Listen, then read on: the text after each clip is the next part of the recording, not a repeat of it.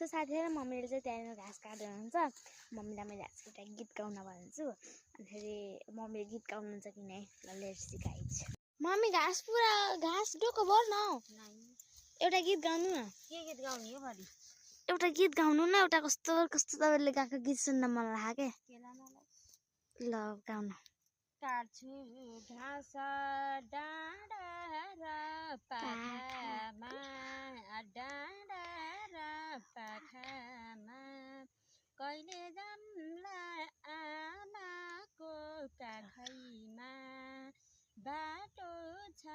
भिरालो कसको आँगन कुरेर बसौँला लाग्छ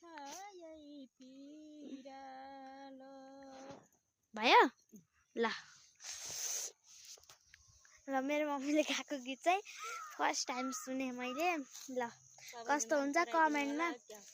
हुन्छ कमेन्टमा आएर भनिदिनु होला थ्यांक